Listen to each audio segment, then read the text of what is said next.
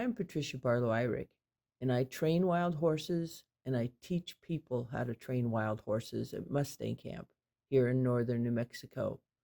We've trained more than 600 Mustangs and burros for adoption.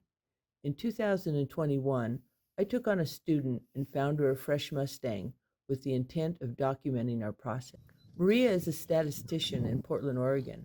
Her special needs rescue dog, June, introduced her to positive reinforcement based training, and she decided to learn to use these same methods with horses. The Jicarilla Ranger District had 3 recently captured horses in the Forest Service holding facility. The gray mare, they said, sweats if you even look at her. The others were calmer.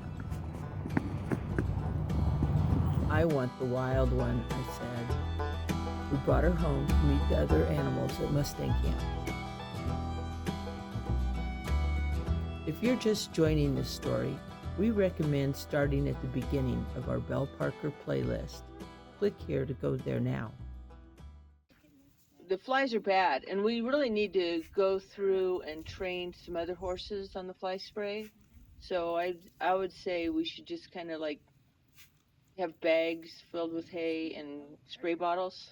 Yeah. And help the horses out with this because it's kind of bad right now. And the thing that went real good with that is that she was alert to it. You could tell she was alert to the spray, but she never left us or got upset about the whole thing. No, never.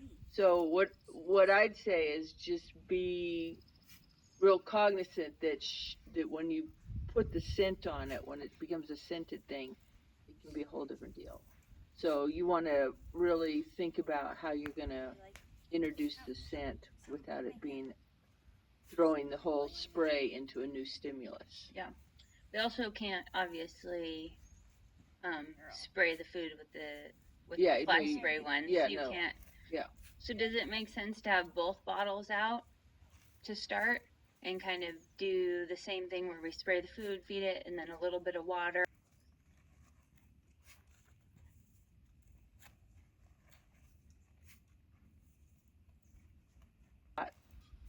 They have better smell senses than we do. So something that doesn't smell very bad to us can be horrible to them. That's a cool tip. Yeah. So just a little tiny bit on your hand, and she'll smell it, and then that'll get associated with the food. But I'd put it on the back of your hand. Yeah. So. And the catnip spray is not toxic, so if it did get on the food, it wouldn't hurt. Let's start getting a little more random with your spray bottle. What do you mean? Like lift it up a little? Yeah. Okay, I understand. So that and it's not just spraying in just one little place. It's kind of spraying around. It's kind of spritzing a little.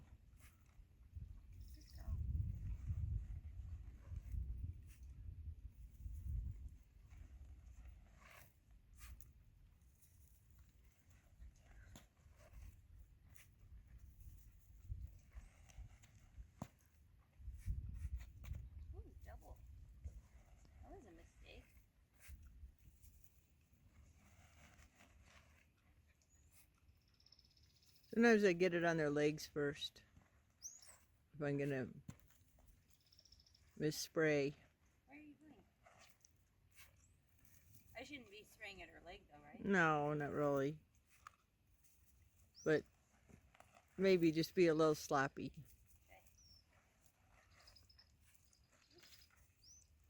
Okay. Yeah, that's what I like. But and then we have to look and see, is this working? It's not working. Let's go to the more toxic stuff. Okay, so we got a plan for that. It's hard to spray into my hand every time.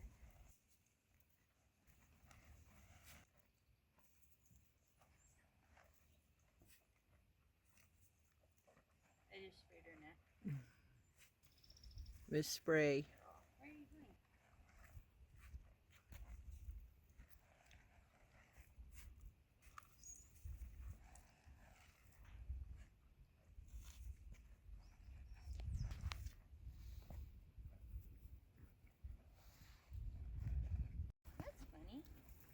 going? do you think? Girl. We're gonna fly spray you, huh? Oh, let me put some on my hay again. That's funny. And okay, so what happened? Anything? So we started out with water and we sprayed the food, fed, and we sprayed not really pointed towards her and fed the food with the spray. And after a while, there was kind of the like, oops, a little of this water got on you, or my arm is moving more. And she tolerated all that with no problem. And then we switched over to fly spray, and we used the catnip vodka mix. I don't know that we've actually put the real fly spray or the commercial fly spray on her yet.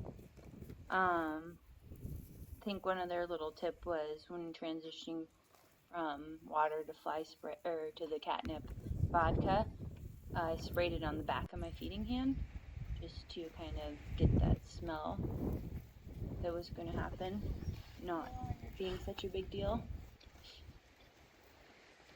So did she QC on that Yep. whole task? So she was able to do easy while it was sprayed? Mm-hmm. And